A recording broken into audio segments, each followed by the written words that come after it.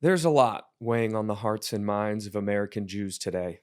The ongoing trauma of October 7th, the seven front war in Israel, the hostages, the plight of Palestinian civilians, and the explosion of anti Jewish hate around the world. And if we didn't have enough to deal with, it's an election year. Over the past few months, I have engaged with thousands of Jews on social media from all over the political spectrum. But the one common refrain I hear from both sides is, I don't understand how other Jews can be so insane as to vote for the one I'm not voting for. When it comes to voting, people make judgment calls based on their own priorities, their perceptions of the candidates, and how they wish to use their vote. All of those are valid, and we should be able to maintain respect and unity as a community despite our different ideas. So, I want to lay out what I'm hearing as the arguments for both sides of this election. Might not be all of them, but it's a lot of them. And hopefully by the end, we can understand, validate, and embrace each other a bit more. Full disclosure, I am intending to vote for Harris, but right now, I'm hoping to make as strong a case as I can for both candidates. Let's start with the case for Kamala. One of the most common arguments in favor of Kamala Harris is that she is not Donald Trump, a man whose character is seen by many to be at odds with the values we as Jews are taught to honor.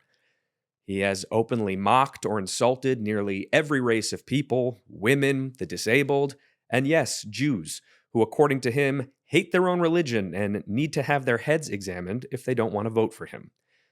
Trump's preference for isolationism makes the world less safe for everyone. A world without America as an international watchdog is a world where anti Western authoritarians are emboldened to fill that vacuum. It is fair to assume that a Trump administration would cut back on support for Ukraine, empowering Russia to achieve its ambitions there and elsewhere.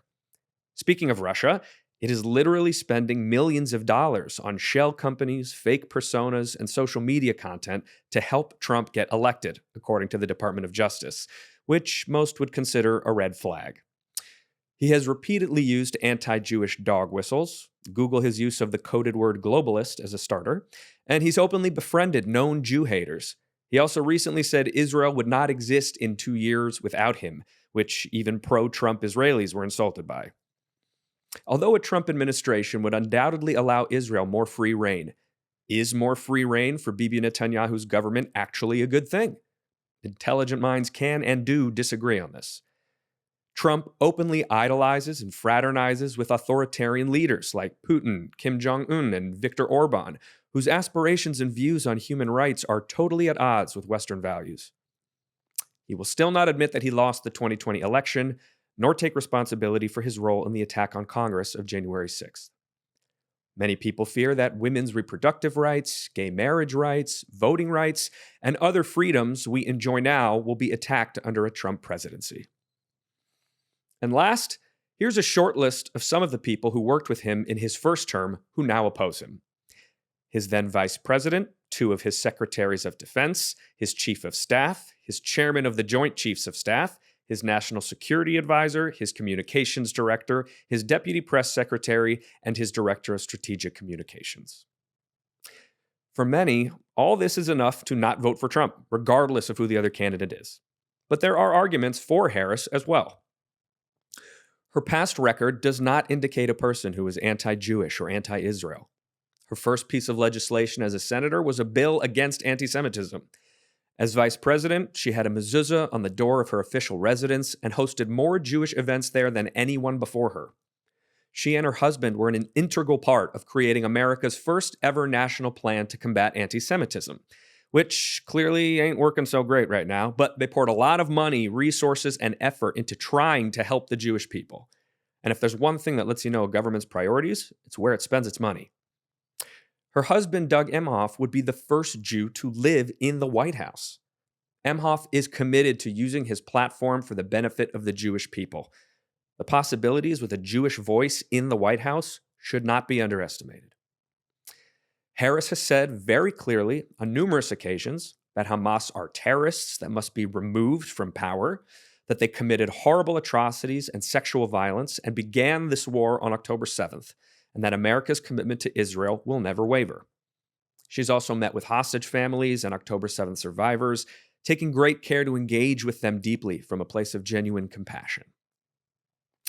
Now remember, I didn't say all of that to convince you who to vote for, only to illuminate the legitimate reasons why intelligent, well meaning American Jews might decide to vote for Kamala Harris. Now, the case for Donald Trump. First and foremost, his administration has a proven track record of meaningful action in support of Israel, recognizing the Golan Heights, moving the embassy to Jerusalem, cutting funding to UNRWA, and of course, the crowning achievement of his presidency, really, the Abraham Accords. These accomplishments are indisputable. The Accords were the brainchild of Jason Greenblatt, his Jewish lawyer of many decades, and his son-in-law, Jared Kushner, a Jew who married Trump's oldest daughter, Ivanka, in an Orthodox Jewish ceremony after she converted to Judaism with one of the most well-respected rabbis in the country. In order for Israel to be truly secure, it must be allowed to defeat Hamas. As the insightful British journalist Douglas Murray put it, wars don't end in compromises, as our Western values would have us hope. Wars end when someone wins and someone loses. It is undoubtedly true that a Trump administration, unencumbered by the voices of restraint on the left, would give Israel more freedom to operate in its pursuit of victory. The response to anti-Israel college encampments was undoubtedly stronger and swifter in red states, so it's safe to assume a Trump administration would take a harder line against that form of Jew hatred in the future. This is in line with his 2019 executive order that made Title VI of the Civil Rights Act apply to acts of hate against Jews. There's also the case to be made against Harris. She famously chose not to attend Netanyahu's speech before Congress, which many felt was a terrible affront. She has officials in her administration who have historically sought appeasement with Iran, and she has the endorsement of all the members of the squad except Rashida Tlaib. From sanctions to delays of arms sales to the infamous Don't Go Into Rafah directive, there has been plenty for Jews to criticize in the Biden administration's handling of the war. These reasons and others are also why many Israelis believe that a Trump administration would be more friendly towards the Jewish state. Many feel threatened by Harris's appeals to the left of her base, which necessitates the inclusion of phrases like how Israel wages its war matters, which, although of course true, also insinuates that Israel is not waging its war properly, which is precisely what Hamas wants everyone to believe, so essentially rewarding their tactics. In regards to the Rafah offensive, Harris famously declared she had studied the maps and deemed it an impossibility that Israel could safely evacuate civilians from the area. Israel was not only able to do so, but they also rescued and recovered numerous hostages and engaged in battle with thousands of Hamas militants hiding there. Her mad dash to the election has left her big on platitudes and short on policies, a failing that, although understandable, makes some uneasy and distrustful. Though the office of vice president is very limited in its powers, many view her as having been ineffectual or too uninvolved in affairs of the Jewish community, especially in light of this year's explosion of anti-Jewish hate. Many believe that a Harris administration will be a continuation of the worst aspects of the Biden administration's policies towards Jews, with less of the support. If you were already a conservative Jew before this election, this one should be easy for you. But if you're a liberal Jew, there's never been a more difficult time. Jews historically have voted overwhelmingly Democrat and have been an enormous presence in the push for rights for all other marginalized groups. Now, many feel abandoned by the left that they long supported, yet also out of sync with the priorities of the right, leaving them feeling politically homeless, as so many have told me. The calculus of this election is so complex. It really comes down to each person's individual priorities, and I think that's something we must learn to honor in each other. The beauty of democracy is that no one can tell you how to use your vote. You can vote based on a single issue, out of self-interest, utilitarianism, and we shouldn't need to judge each other for making the choice we each feel is best for us. Remember, right off the bat, tens of millions of us disagree on who to vote for every single time out. So the expectation that every person with whom you share a commonality is going to vote the same as you is simply not based in reality. We are different people, equally as in charge of our own lives and making our own decisions.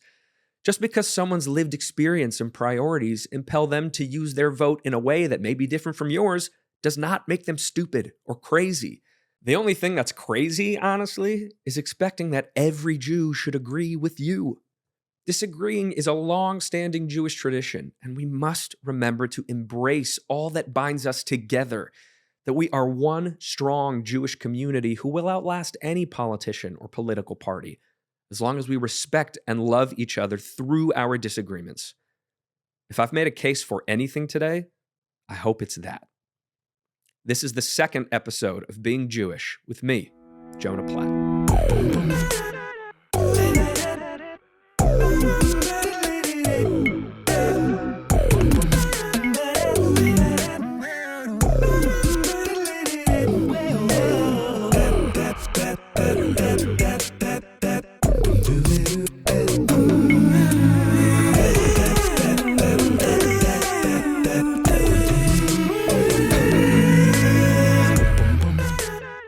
Today, I get the chance to dig deep with someone who has become one of the Jewish voices of our generation and this moment. A singer, actress, and dancer who has used her tremendous platform to educate and empower millions of people all over the world. I mean, there are little girls dressing up like her for Purim. She's that iconic. She's brave, she's bold, she's beautiful, and I'm proud to call her a friend. Welcome, Montana Tucker. Yay! Thank you. That intro was amazing. Yeah, I try. That was great. Thank you. Yeah, it's all true. Thank you. Very happy to have you here. Thank you. You were born and raised in Boca Raton, Florida. Yes. And then moved to LA, which is like the reverse Jewish commute, right? I know. Well, you know what? I'll still always consider Boca home. I have a place there. LA is always mostly for work. Yeah, I've built some incredible, of course, relationships and friendships out here, but I feel like I'll always consider Florida home. And what are some of your earliest Jewish memories? Ooh, okay. So I grew up, of course, going to Hebrew school. I grew up with Holocaust survivor grandparents. Which we'll get into which a we'll lot totally more later. Get into. So being Jewish was just always a part of my life. And Boca Raton, Florida is a predominantly Jewish My grandparents area. used to have a place there. We would go for Passover of course. stuff on the holidays. It's funny. Out in LA, I feel like either people don't know Boca or their grandparents live there. Right. There's like no in between. But yeah, so a lot of grandparents live in Boca. It's great. But yeah, I grew up there my whole life. And being Jewish was just truly always a part of everything that I knew. I feel like, not that I was in a bubble, but Boca kind of is it's a predominantly Jewish. It's a strong community. Yeah, strong community. So when I kind of came out to LA more for work, I think I started in LA really seeing like a lot of different communities, learning more about anti-Semitism and stuff that I didn't really experience that much as a child because of the area that I grew up in. Sure. I mean, we always had all the holidays, went to temple, went to Hebrew school. Did you like Hebrew school or did you hate it? You know what? I did. And I knew you were going to say that. I just had a feeling. I actually did. And I have like very fond memories. My Zadie, who passed away 4 years ago, he would always love to like attend my Hebrew school classes. Aww. And we have videos of him like coming there and he would love to pick me up and be in on like the singing classes that they would do when I was really young. So I have like very fond memories of Hebrew school. That's very sweet. What about you? So I went to Jewish day school. Okay. So I was in Hebrew school all day long from, mommy and me to 8th grade. And it really fluctuated for me, really sort of depended on who the teacher was. And when I had like strong, good teachers in command of the Jewish subjects, I enjoyed them. And I liked, we had like Hebrew choir. I liked that stuff. And I loved doing holiday stuff and holiday assemblies or whatever. But like, especially once we got into middle school, some of my teachers weren't great. It was sort of like in an age where it's like, if you were Israeli, they let you be a teacher, even if you had like no teaching credentials whatsoever. Yeah. So there were some less than great teachers. And we also had to pray every day. And once you became bar mitzvah, you had to wear tefillin and talit every day. And I didn't like when it was forced on me. And so I rebelled pretty hard. I graduated with about 30 detentions. I would love to see little Jonah in school. People are shocked now, like who knew me then that I'm like doing a Jewish podcast. So like that guy ended up doing the Jewish podcast. I love it. Yeah. You know what? I think a lot of people also, so it's like a random fun fact. I don't think I've ever said this out loud, but growing up, I had a very strong lisp. Really? And I would talk like this. Oh, it's and I had a lazy tongue. And I went to speech therapy. And now I basically speak for a living, which is crazy because I don't think anyone would have ever imagined that. I love that. I'm talking about you did all the holidays. I've read your favorite is Hanukkah. Is that still true? It is. What do you love so much about Hanukkah? I think just growing up as a kid, I just always loved getting the 8 gifts. I don't really get 8 gifts Amazing. anymore. No? You know, Mom, what's it's kind up? of upsetting. Yeah, mom. 8 gifts for Hanukkah. When What's your this favorite? I kind of like Rosh Hashanah, honestly. Rosh You Hashanah is know, great it's too. like I feel somewhat spiritual. It feels like, like you're beginning a new Yeah. year. I like my family always gets together. Yeah. But it's not like so heavy. Yeah, like you were saying, it's sort of like one of the Totally. lighter ones. It's Right. like more joyous and celebratory. Yeah, and I like Rosh Hashanah too because I always go around the table and say what we want, our New Year's resolutions Yeah, or what us we want too. for the new year and reflect on the year before. Do This year is going to be very important. what are your Rosh Hashanah resolutions or wishes for Ooh. this year? Um, I feel like I have so many this Right? year. Obviously, this year was an extremely hard year for everyone. Mm-hmm. And I think some changes made, not enough changes made. I think we kind of get hard on ourselves that we should be doing more. What more can we do? So I don't think that's true for everyone. I've, Certainly for you. I feel like that's why everyone's like, you're working so hard and you're traveling so much, you're doing so much. Like, aren't you exhausted? And yes, I'm exhausted, but at the same time, it's like this is the most important thing we could ever do in our lives right now is to speak up and stand up. So that's why I'm doing literally as much as I can and going everywhere I can because I feel like I have to. I feel like there's no other option. And I'm trying to do as much as I can because I'm hoping the craziness is done soon and we can focus on continuing to uplift each other and move forward in a positive, peaceful way. But I so I'm love trying to that. do as much as I can right now. I mean, it's like every day you've got a video. You're in Israel. You're doing a speech somewhere else. It's like crazy. I mean, you were It's been telling me before we started insane. shooting, your travel schedule's insane. It's insane, but truly what keeps me going is knowing how important this is. And also knowing that like there are people literally on the front lines. There are people that are literally missing their family members. There are people who are literally hostage and now having to adjust to a new life. So if they can handle that, I can handle this. You That's know? like Mamba mentality right there. You got to just keep going. You got to. I love that. So, sort of back to the beginning, career-wise, you're writing music, you're recording singles, you're getting movie placements, you're dancing for big artists. Also, you hosted something called the Streamy Purpose Awards. I have an amazing research assistant named Samantha, and Good job, Samantha. she's great. But she wrote it as the Steamy Purpose Awards, Oh, and I was like, "What is this?" Whoa. And Oh my gosh. Definitely the opposite of yeah, whatever that would right. be. It felt like a left turn. The steamy purpose. So you're doing all this stuff, and then you start making these videos. Yeah. I mean, what was there? Was it an explosion of popularity? Was it a slow ramp? Like, what was that experience? Yeah, I kind of got thrown into the social media in a way that I never really expected. Her name is Lele Pons. She's a very big like on social media singer actress, and she saw a video of me in dance class. She's like, I want to hire her for one of my YouTubes. She hired me a few times, and then after she's like, can you teach me a dance? So I taught her a dance. We posted it online. Next day, it gets like 10 million views, and I'm like, this Whoa! is crazy. Like, what is happening? So her and I became this little dancing duo on social media. We would do all these little dance videos together. And then I got into the social media world and it kind of just started going crazy. And then from there, I started collaborating with all different creators, with different artists like Jason Derulo. When labels would have new songs that would come out, they'd hire me to do like a dance video to the artist's song, and just kind of started growing like really Wow. like crazy. And the brand deals and all these things that started coming in. Before that, I was singing and acting and everything, but I kind of put that on the back burner because social media was taking over in a way that really I truly never expected. And then from there, with my different collaborations, I really wanted to inspire people also through my dance and music and what I was putting out. So I would collaborate with people of all walks of life. So it would be like, a little 6-year-old to the old gays who are in their Yeah. 80s and they're fabulous and incredible, or Terry Crews or Paula Abdul or Sierra or J-Lo, and just it kind of just took off in this really special way. But I would do anti-bullying dance videos. I would do dance videos about body image. So I'd always also try to have a message behind my videos. So that was way before really like my activism that I'm doing now. So you mentioned this in 2022. There's this documentary that's going to come out. Before that, were you doing a lot of speaking about being Jewish?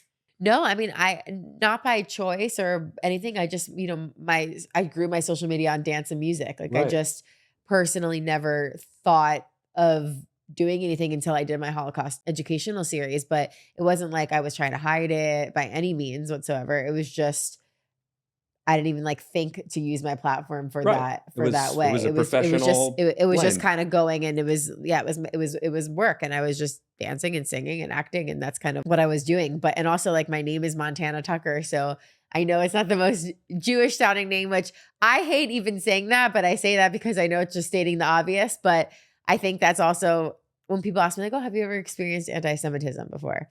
I truly like can't say I have, only when it comes to like my name or the way I look. And I think I think it's offensive when people say you're Jewish, you don't look Jewish, Right. or your name is Montana Tucker. That's not a Jewish name. Like to me, that's anti-Semitic because Totally. what does being Jewish look like? What does being Jewish sound like? Many, many, many different things and many, many different ways, you know? So, I think people just didn't know that I was Jewish until I had to like throw it in their face. That is like, one of the main reasons this podcast exists, to Yeah. show people how different Jews can look and feel and sound. And It's so important. I'm so happy you're doing this because it's crazy the misconceptions and the stereotypes that are out there. okay. So then we get to 2022, and you make this multi-part docuseries for social media called How to Never Forget. So let's start with the grandparents who have inspired this project. You've already spoken about. What can you tell us about your relationship with them and about who they were? Oh, my grandparents were an R because my grandma is still alive. Fabulous. My grandma Lily is 96. Amazing. She unfortunately is suffering Alzheimer's disease of 16 years, but she's the most amazing, amazing lady, and she survived Auschwitz. My Zadie passed away 4 years ago at 97. He was Wow. the most incredible man, and I always like every thing I do. I always mention I'm obsessed with my grandparents, and I wear all his jewelry. So this is his bracelet that I never That's take off. cool. This is his ring that I don't take off. This is his wedding band. So he's always a part of me. He had very cool Wow. jewelry. Seriously. Yes. It's looking good. Yeah, thank you. And so he's always a part of me. And That's anyone that beautiful. knew my grandparents. I was obsessed with them and had the most special relationship, especially with my Zadie. So when he passed, it was obviously very, very, very difficult, of course, for my mom as well. And when he passed, I rewatched the Shoah Foundation testimonials of both my grandparents. Wow. You know, I watched them a lot as a child, but watching them as an adult, you feel it completely differently. And of course, Sure. after he passes too, to rewatch his stories it's just yeah, it's I can't even put into words like when you rewatch it. I still even if I've seen it 10 times already, when you rewatch it, you pick up on different things and you just like you still can't even believe.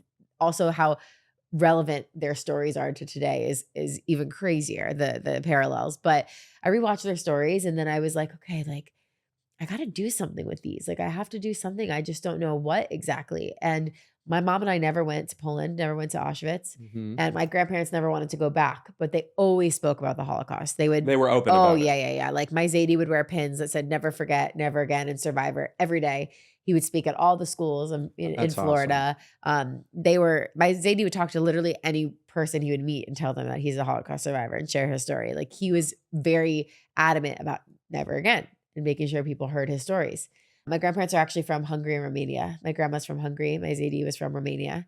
And Where did they meet? they met in New York actually After at like a everything? dance, I believe. I think I'm telling the Aw. story right, but they met. My grandma was there with another guy, and my Zadie went up to Hey. my grandma and said like you're gonna be my wife one day or something like You that. hear And so my many stories like that from that era. I know, that's what I was men like, if just, he wanted knew. to, he would. Okay. But and then yeah, the rest is history.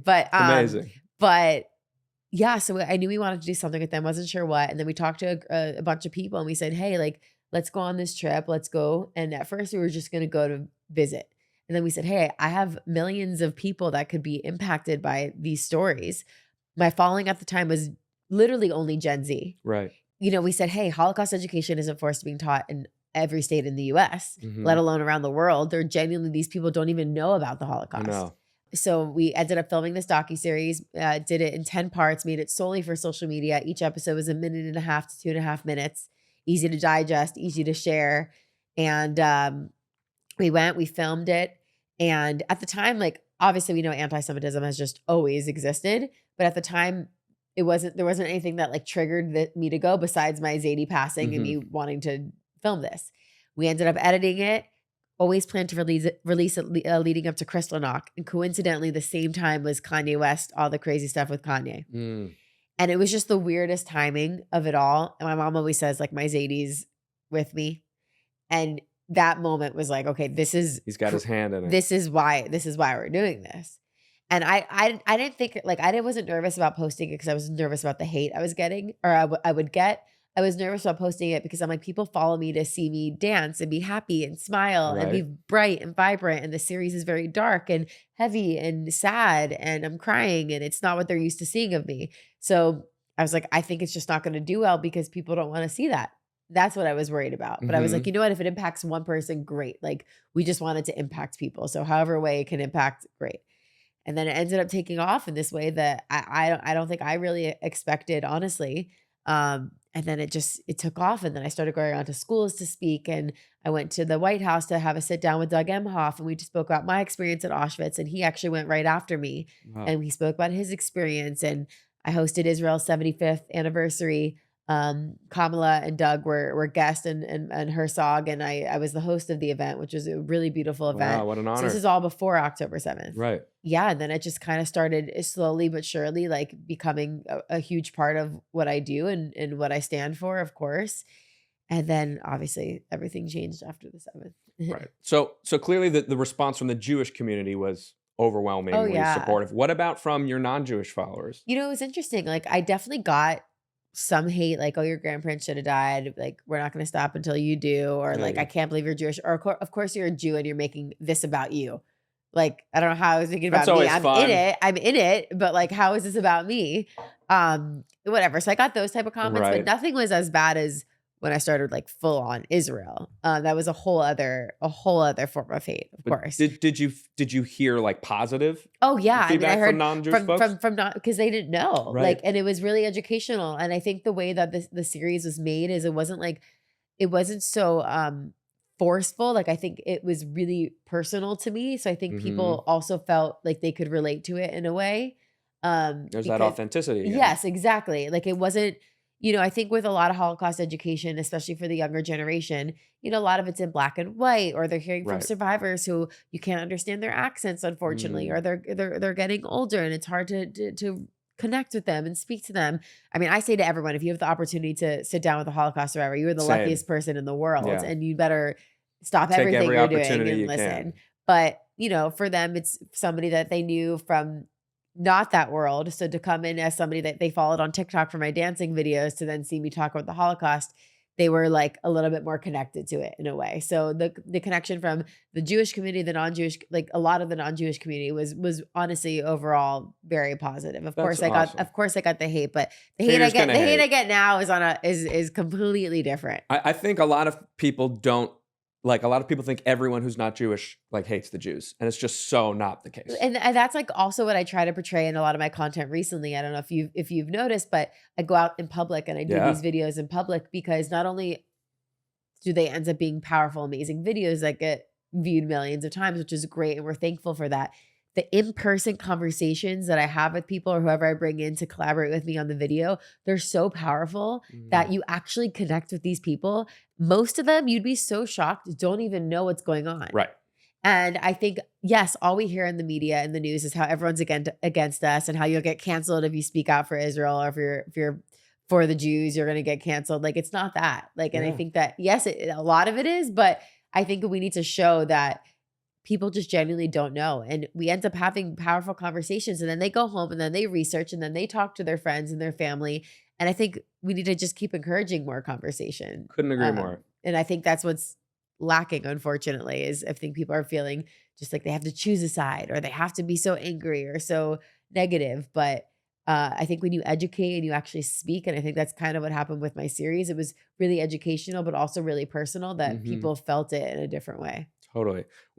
So I got the opportunity to help produce a video that you and Rudy Rockman were in at UCLA, and I was struck by how many of those college students, and this was at the height of these encampments, anti-Israel protests, they were like, "Dude, I don't know. I'm trying to get to science class." You know what I Exactly. mean? But they don't so the thing is that they don't know, and then what happens is you see a TikTok video that has 10 million views, about how terrible Israel is and how terrible Jews are. So somebody who doesn't know anything is coming across this video and they see that this is a popular video. Wow, look how many comments, look how many views, look how many likes. Oh my gosh. And then they start seeing more of that. They're going to think that's true. Yep. And then they're going to want to create their own video to it because it's trending and because it's popular. And I So think that's what's the feeds the cycle. beast. Yes. Yes. So October 7th, obviously a big turning point for all Jews and certainly in your advocacy. Let's start with that day itself. Like, what was that day for you? Oh man, it was just like something came over me that I was so incredibly sick to my stomach and like everything shut down for me. Like I felt even guilty looking out my window and like enjoying my view knowing that this is going on. Mm, Um I think I just kept replaying all my grandparents' stories and being like this is our modern day Holocaust. yeah. There I can't believe we're living through this. I remember just thinking like I'm so thankful my grandma like I never said that, but thankful my grandma has Alzheimer's and doesn't know what's going on right now. You know? Yeah. Because I can't imagine what she would think, or if my Zadie was still alive, what he would think about what just happened or what's going on. And it took over for I mean a whole week. I feel like I didn't leave my apartment. I think the first time I left was when I saw you, and that's where we met the first time at the Right. rally Right. for and with the At one the that Museum of Mayweather, yeah, and Tolerance. when Mayweather was there. That was the first time I like left since it happened. And actually that rally was a turning point for me because I think I actually never really went to like these big rallies before. Now I'm neither. at I've been You're at 100. speaking at every I've been rally. at 100 of them. They're amazing. Oh my gosh. But I think that was my first time and being around people that I know were also feeling exactly what I was feeling, but then also having so much love and positivity. Like, you know, it's so interesting these rallies because everyone's hurting, but then everyone's so loving and inspirational and motivational. And I think that's just Jews in general and Israelis that I've over time known so well is that like no matter what, you just keep going and you keep pushing and they're so resilient. And Mhm. I personally also learned that from my grandparents too, of they experienced such horror in their life, you can't understand how they would even want to live after it, right? My grandma saw her mother get beaten up and dragged to the gas chamber right in front of her, saw her family members get killed. My Zadie had to he had blonde hair and blue eyes, so he would get away with a lot of things in the camps, and he was an electrician, Mm. and he would make friends with like the guards. And one day the guard would always tell him like, you know, let him come back late or give him some extra food or whatever. And one day that guard got sick or something like that and couldn't tell my Zadie that he wasn't gonna be there working. So my Zadie walked in late, and for punishment, they made him sleep in a coffin with nails in the front and back. So if he leaned forward or back, he would get stabbed Oh for a my whole night. God. So I just like heard those types of stories my whole life. And I don't think I didn't even realize how crazy what was going to even happen after the 7th, but just knowing what happened on that specific day, Right. seeing the videos come in, I think that just triggers something inside of me. I don't know if it's like generational trauma or what it could be, but I just knew that like this was now this I have to do everything I can. And you know, I knew I had this following. I knew again, still even, you know, unless you follow my stuff every single day, like maybe people didn't see my Holocaust series that were still following me for dance. You know what I mean? Yeah. Like I don't know what it was, but I didn't even like think twice. Like this was now becoming. So I didn't post anything else besides anything about Israel for a full 2 weeks. Like I didn't post not even one thing. I missed out on brand deals. Like I said no to everything. I wouldn't post anything else on my social for like 2 to 3 weeks. And then I was like struggling with it. Like I didn't know how to dance and be happy because I was so upset and this is such a serious matter. How could I just like post a happy dance video? Mhm. And then I remember I did, and I got messages from people saying, "Thank you so much for this video because I've been so upset and so Right. depressed that coming across this 1 minute dance just took my mind off of everything going on in the world."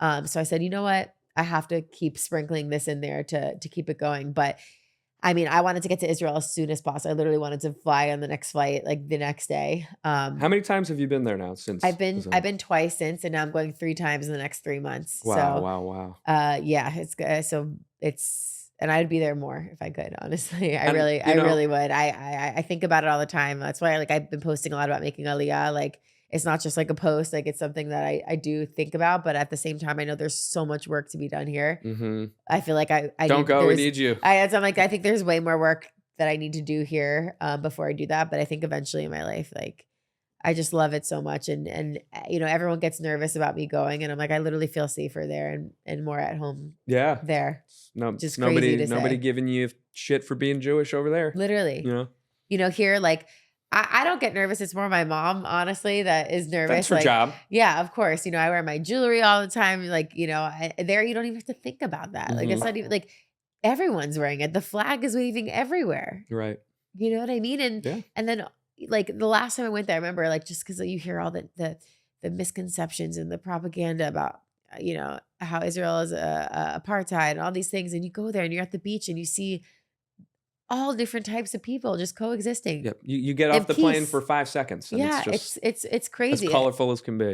Seriously. So, yeah, I mean, my whole world's, I know went off topic, but my whole world's really changed since the seventh. And it's like, I've never been prouder to be Jewish and never, and before, if people maybe would question if I was Jewish by not my name or my looks, like that's why I want to make sure everything I wear now, you can't miss it, I love it. or if you go to my page, you're going to know.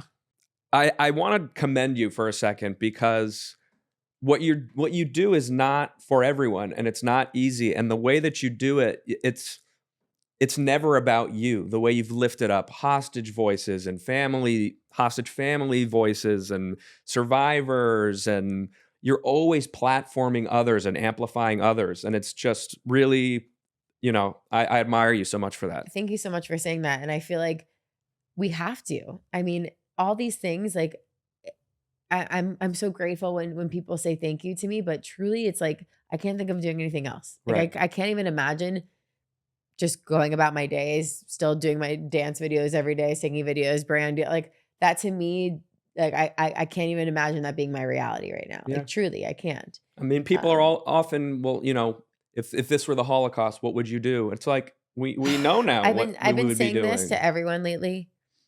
That's why it upsets me. I'm sorry if this is controversial, but if a Jew is not speaking out or not doing something, because every Jew around the world should be united in this right now and standing up in whatever way that is, however they can do it. But they need to like it doesn't make sense to me when Jews are not united in this in the one main cause right now. I call it an all hands on deck moment. I feel like wherever you are, whatever it is you do, whatever you're Yes. involved with, we need everybody doing the thing that they do. Exactly. And not everybody's going to Exactly. be Montana Tucker, but they can No. be, a parent at a school who's speaking out when they see something that's Exactly. anti-Jewish, That's or all it is. talking to a friend who's has the wrong idea about something, That's whatever it literally is. all it is. That's what I literally at all my events I try to preach this because it's truly not about you don't have to just post on social media. You don't have to just do what I do, but you have to do something. Yeah. You have to do something.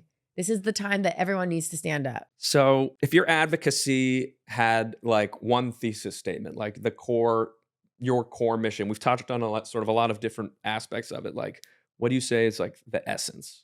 I think something that God, I feel like there's a lot, but I think Yeah. something that I've been trying to do from the beginning is really personalize and humanize these stories and these people. That's why it was really important to me when I went back in December for the first time, not my first time to Israel, but first time since October. And I really tried to meet with as many people and hear their stories and share their stories because I think it doesn't matter what you believe about the conflict. It doesn't matter what religion you are, what race you are. Like you can't help but feel for a crying mother or feel for a girl who was at Nova that got shot and saw her boyfriend get killed right in front of her. Like you can't, I don't care unless you're just an evil human being, like you can't not feel for that person or not hear them out. And I think that is what's missing in all of this is like people are losing the humanity of it. Yeah. So from the beginning, I've been really trying to just humanize everyone. I think also something that I did that, you know, it maybe wasn't everyone's cup of tea, but I know it meant a lot to the survivors and to the community and actually reached a whole different audience that I think instead of the echo chamber was I did a Nova dance video. Right. I saw that. And that was actually like the first real time that I was able to blend my worlds since the seventh. Mm. Because I had a hard time. I was like, okay, I have my dancing, my singing, my acting, and then I have my activism. Mhm. How do I bring those together right now? Because what I'm advocating for is so serious and so intense and hard and sad and depressing, Yeah, honestly. yeah. So I was having a hard time. And then I realized people went to the Nova Festival to dance. The Yeah. whole thing is we can dance again. I reached out to a bunch of survivors. I reached out to an Israeli dance company who lost 3 of their members at Nova, and I got everyone that they wanted to do it. Everyone was on board and thankful that we were gonna do something like this. Yeah. We went to the Nova site where we didn't dance, of course, on the memorial anywhere near it, but away from where people were running. I Mhm. had Moran Stella Yanai, who I don't know if you know her. She's amazing. She is she went to the Nova Festival to sell her jewelry, and then she got shot and kidnapped for 54 days into Mm. Gaza. I've become actually good friends with her. I love her so much. But she was there with me during this Nova video and a bunch of survivors, and it was a really powerful video, but it was filmed like a music video in a Right. sense. And but that video reached a whole different audience of it reached the dance community, it reached the music community because people thought it was just a dance video at first. And then Right. all of a sudden it hits you of what you're really here for to watch. And people wrote me and messaged me in the comments saying, I never saw it this way. Thank you. Wow, I can't believe this happened at a music festival. So it really got to people in a different way. So Amazing. I think from the beginning, with my advocacy, I'm just really trying to get the message through and personalize and relate. I want everyone to be able to come to my page and relate to one of my videos in some way, shape, and form. I think you're doing an amazing job of that. And there's something for everybody. The Thank you. I way hope, and I just again, I want peace. I want to bring everyone together, and that's also a message that I'm trying to portray. Is I think there's so much separation in this world and so much hate, and we all need to. If we united, the world would be way better, and we need to all unite against the evil totally. here. Yes. What are some exciting highlights on the horizon for you? I know you got a lot on your plate. Oh gosh, I have so What are, much. just give me a couple highlights. I wouldn't say it's exciting, but something that I'm really looking forward for the world to see. I'm actually flying to Israel to film a documentary about the kids of October 7th. What do you mean the like children who are survivors who were involved? Yes, so it's children who were either taken hostage, who either had to see their parents get killed right Mm. in front of them, um, were face to face with Hamas, were either shot. Like I mean, their stories are just you can't even understand. They're 10 years old, 12 years old. Um, Terrible, just terrible stories. So it's going to be very, very difficult to film, but I think probably the most important thing I've done, Wow.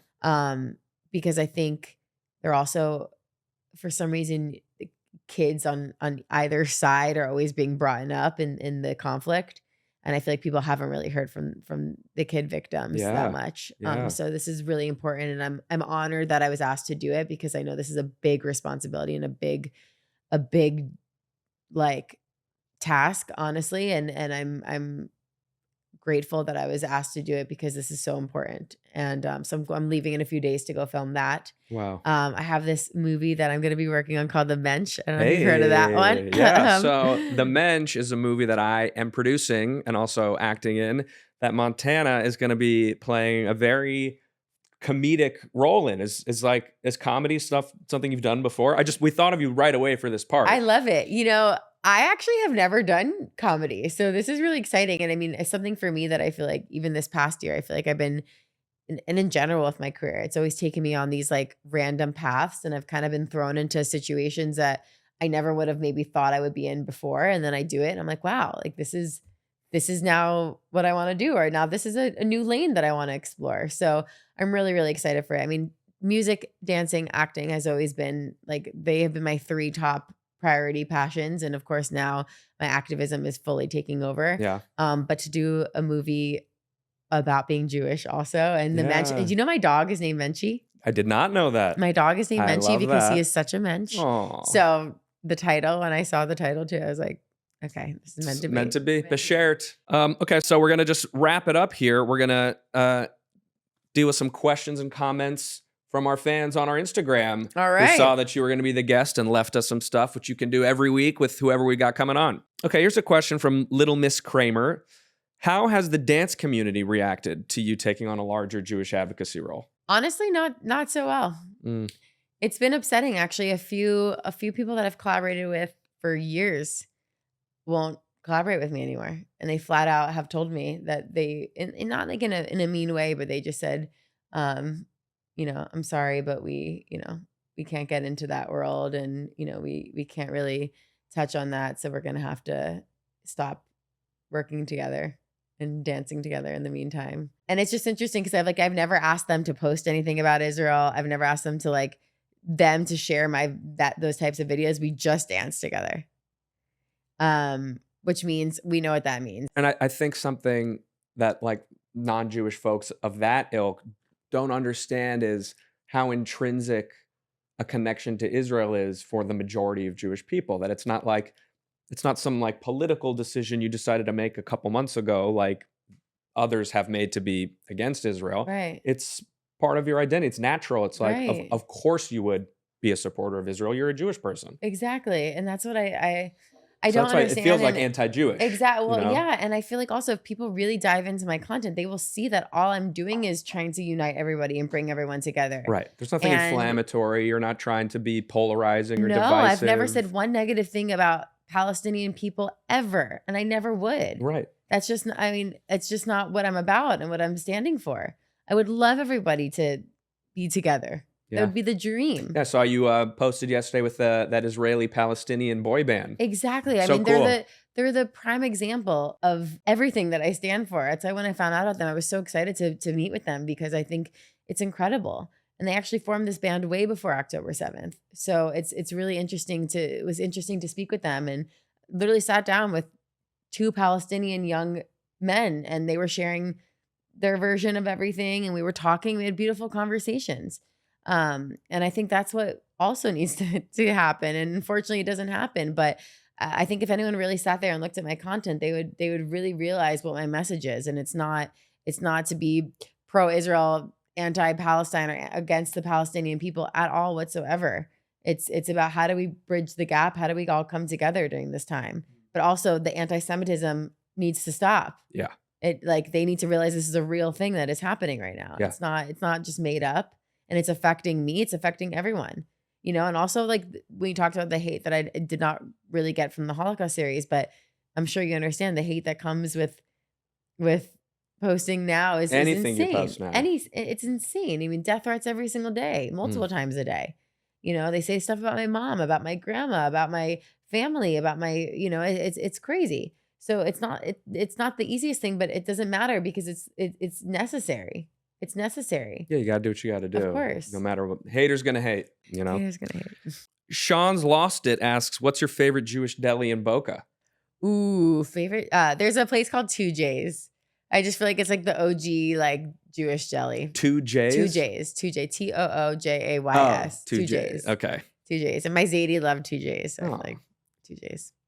Classic. Here's a question from some random person named Courtney Ann Platt, whoever that is. Who's that? I wonder who that is. She writes, yay, Montana. Number 1, you're a total babe, not a question, just a statement. And number 2. Coming from her? Are you kidding? She's the ultimate. She's a smoke show. She's the ultimate. And 2, you do so many fun dance collaborations. Who has been one of your favorites and why? Ooh, that's a good question. She, if you don't know, my wife is a dancer, so she's so talented, beautiful, amazing. Yes. Thank you. Oh, God, my favorite dance collab. I think one that was really fun, or 2 that were really fun, were Terry Crews. That was super fun. That's awesome. Because Terry is like a huge, muscular, strong guy. And we filmed our video on Hollywood Boulevard, which for me, I film there all the time. And as you know, Hollywood Boulevard is like, it's an interesting crowd of people that are there. And he was so nervous to film on Hollywood Boulevard. Just because of the craziness. The griminess? Yes. And I just thought that was funny because he's so like, no, who's going to mess with Terry Crews? Right. Like he's so huge. So that was a funny one. And just, he was such a nice guy, really, really sweet, really down to earth. And then Lance Bass. I love Lance. Love Lance. And he's been a huge supporter, by the way. Amazing. So I'm really grateful. He's really special, but we got to do a few videos together and that was fun. I mean, growing up on NSYNC, like to be able to do a video with Lance Bass was insane. And you're a Florida girl. So yeah. No, more. It was like, when I was dancing with him, we were like doing the bye bye bye dance and we're doing, the It's Gonna Be Me dance. You're I'm like, is this my reality? Like, is this happening right now? And then the other one, I mean, I do a lot of videos with kids and those ones are always so special to me because I'm like, how are you 6 years old and so talented? And these kids are just so good and so talented and so cute. So those are my fun ones. And just to finish my wife's comment, finally, number 3, thanks for being a badass Jew that is loud and proud about who she is. She's amazing. Can I just like have her around me all the time, please? She's pretty like, that's great. why I do. Yeah. Thank you. No, thank you so much. It's, you know, again, when I get people always saying thank you, I'm really grateful. But at the same time, it's like, I feel like we're all doing our part in a different way. And I think we just all need to keep it uplifting each other and keep inspiring each other. So hearing that really does mean a lot to me because of all the negativity it comes with, it's really nice to hear that there are people who appreciate it, that are maybe getting inspired by it, that it's maybe making them want to speak out. And that's all I want to do. No doubt that is what's happening. Montana, thank you so much for being here. This was so great. Oh my God. That's all right. We're totally using that, by the way. Oh, of course. We did it. Yay. Thank you. Thank you.